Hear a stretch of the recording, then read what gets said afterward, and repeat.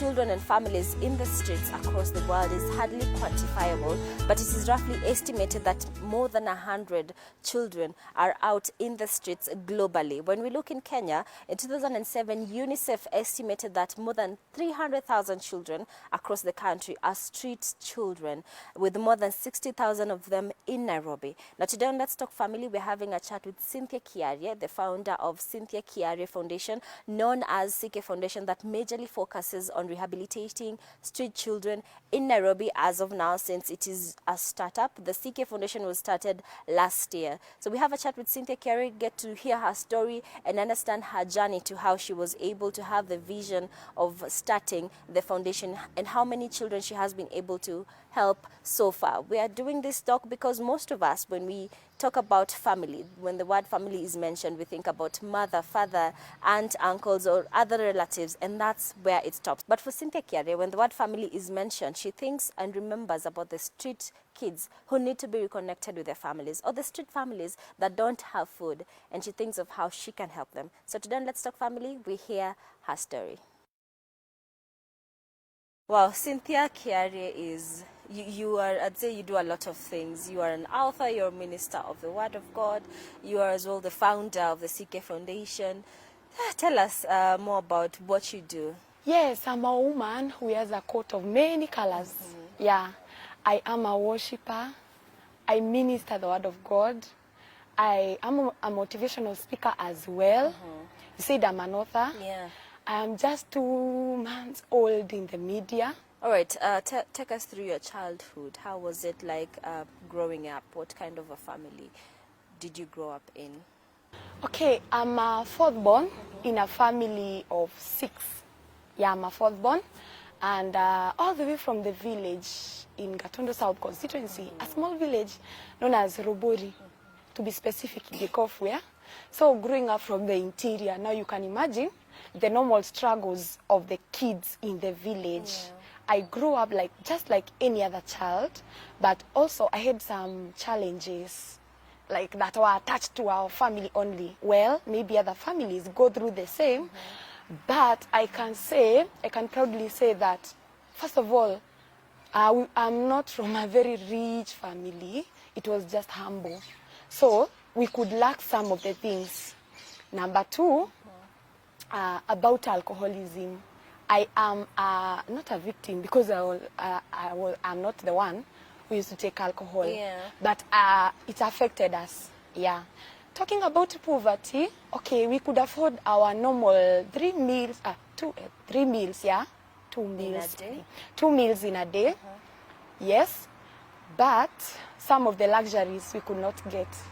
You see, nowadays, some kids can go out for picnics and all that. Some things like new clothes, we used to see them during Christmas. Some special meals, we could see them during events. But I can say that my father tried to make sure that he took his part.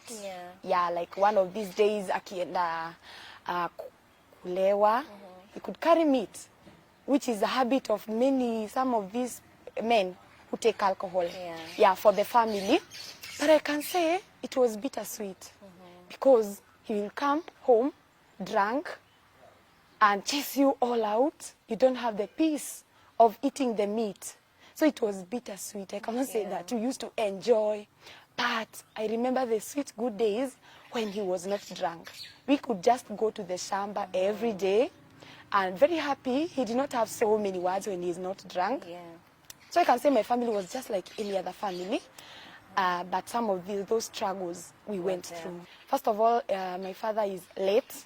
He passed on in 2006 as a result of alcohol again. He drowned in a river, River Ndarugo, when he was drunk.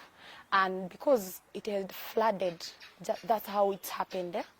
So I can say that I found him taking alcohol, but there were those days when he don't have money. Not that he had money and say that I will not take alcohol. No, when he did not have money, those days were just okay.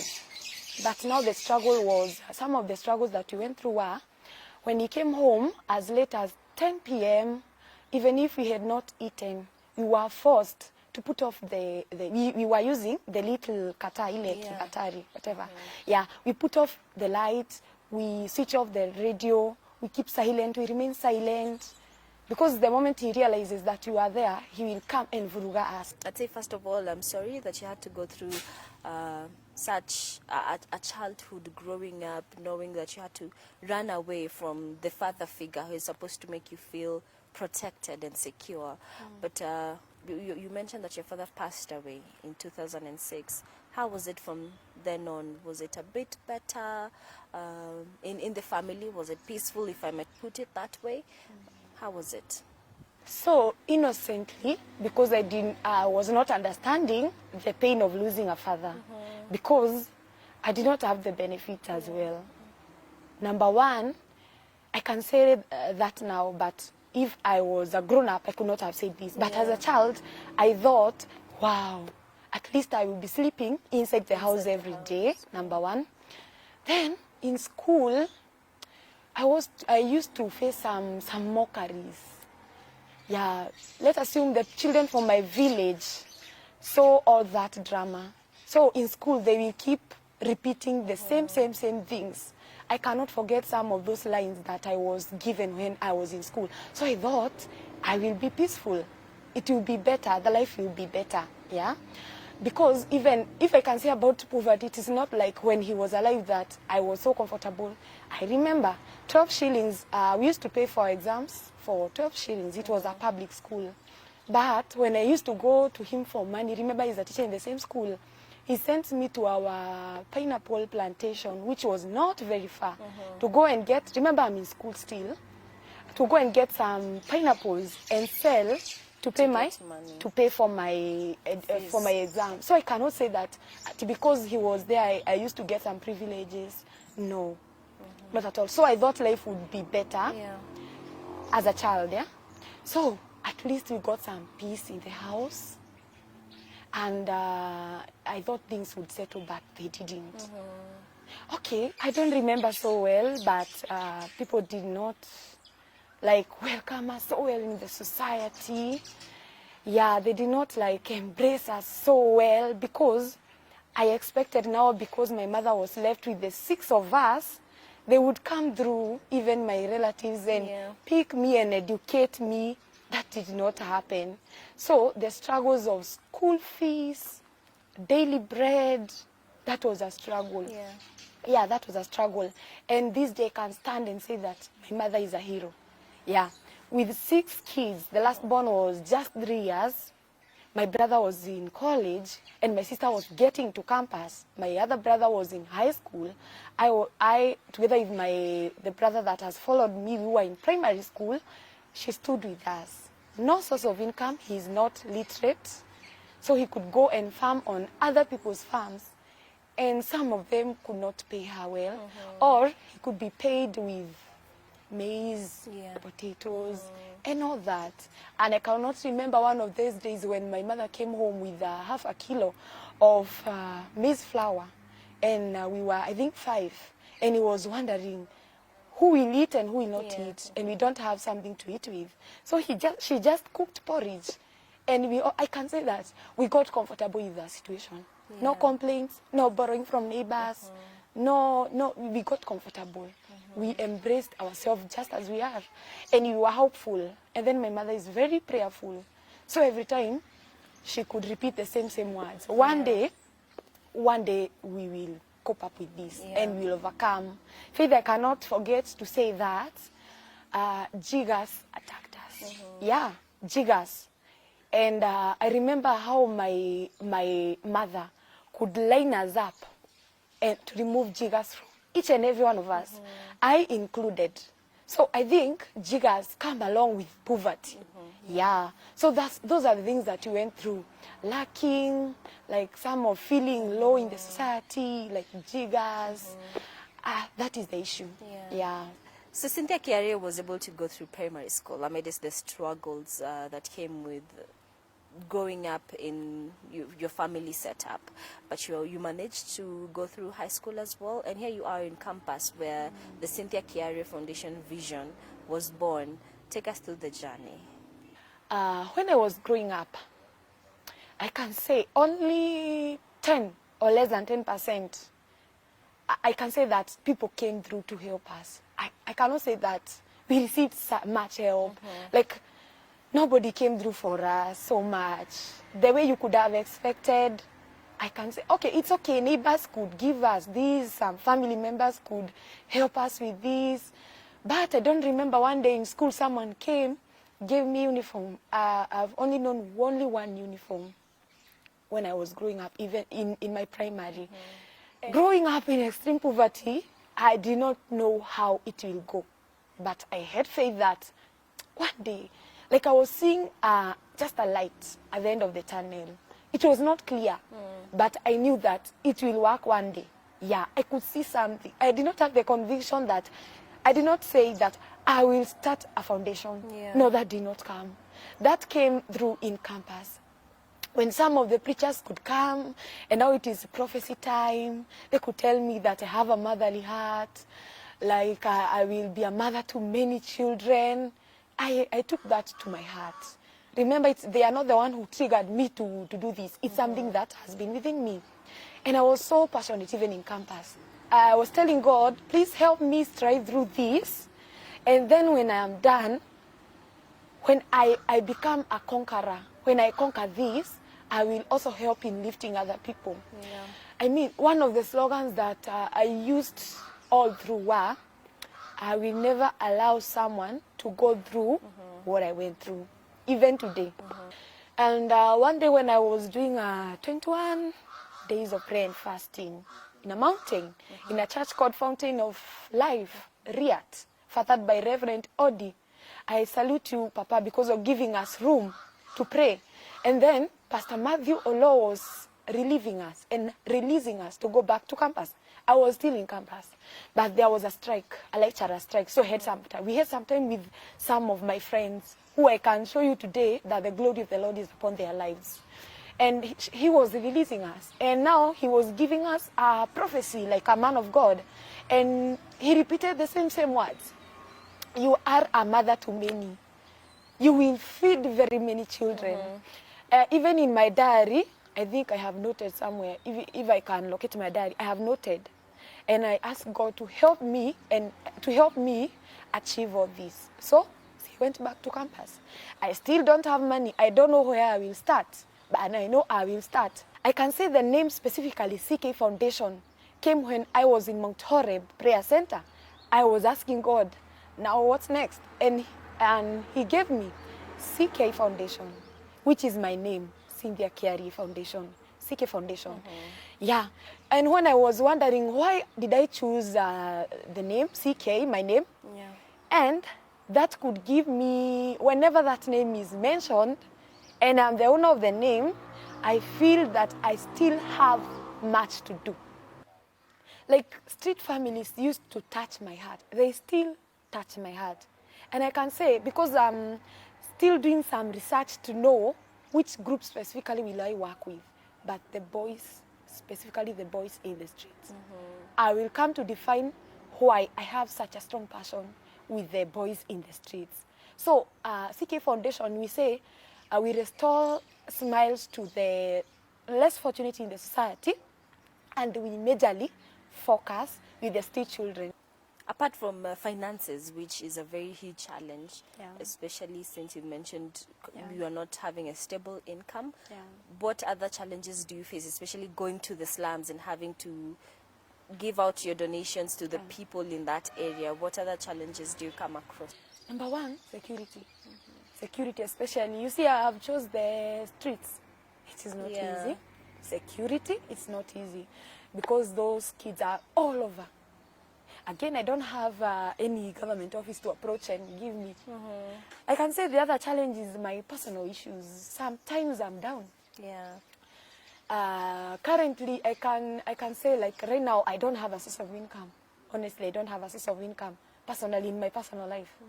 So let's say sometimes I don't have enough food for me. I don't have enough clothes for me. I don't have shoes for me. So before I go and touch the other person's life, I'm also down. So another challenge is about my life, my personal challenges. which will definitely be transferred into the foundation. Yeah. Because we are young, we are growing. My committee members, my chair ladies are students. They are still struggling with their lives. So even if I transfer my issues to them, they may not handle them the way I could have handled them. So I can say those 4 challenges are the ones that are disturbing me. Outstanding. Yeah. Have you been able to, I'd say, reconnect a street kid back with their family? Yes. I can say in the year 2018, when I finished my campus, I think 2017, we went for a mission. I had said I am a minister. I went for a mission. I went for a mission in Mwingi. And there in the mission ground, there was a young boy who was in the streets. And immediately I finished preaching in a crusade. I felt an urge to talk to him more and more. And there and then, we spent the entire day in our room. We gave him clothes. He was a boy. We gave him clothes. And finally, I left the task to the pastor in that area who reconnected the kid to the family. There were issues. I am doing a research to know why kids will leave their homes. There were issues with their home. There was abuse. So we did not connect him to the father, but to the grandmother. So that is child number 1. Earlier this year, we met some kids. We met some kids in the streets, and they were just a sample. Yeah? And one of them from Nyeri, we connected him to Nyeri through another well-wisher, just like us. He went home to their mother, who has been looking for him. The other one used to live in Mlango. We connected him back to Mlango. The other one is from Mogosio. I think it is in Barigo County. And remember, money is an issue. So how, and he's not remembering his home. How will you take him home and he doesn't know his home? So you have to go with him and plan even for spending a night there looking for his home. So I can say that those 3 boys are the ones who have gone home. But there are now challenges that come in handy with that. Because, and I expected that, even when we went to the streets, I expected that. The one in Nyeri is still at home. The one in Mlango, I was called that he went back to the streets. Doing my research, knowing why he went home, he went back to the streets. Back in his home, there was no abuse. He told me himself, without pressure, there is no abuse. But remember, he had left a friend in the streets. So I'm thinking, he came back to a very close friends. Every time I go through that globe area, I find them, the both of them. Yeah, it is not difficult to locate them. But the other day I was there, during this corona time, I did not find them. Maybe they had relocated. Which is some of the challenges we go through, because you can spot a street child but fail to go and see them again. So I can say that only one is home as at now, because even the one in Ushago, in Mwingi, ran away and got back to the streets. In Mwingi, challenge finances. I'm not able again to travel to Mwingi and go and locate him again and now take him back home. We need so much, because we need like counselors, we need financiers, we need so much, so that to help those kids when they go back home and make sure that they don't come back to the street again. Wow. So taking them home, it's not a solution. We have something else that we are supposed to be doing. At the end of the day, when you've done that, I mean, it is exhausting, I can imagine. It is draining physically, I'd say emotionally as well.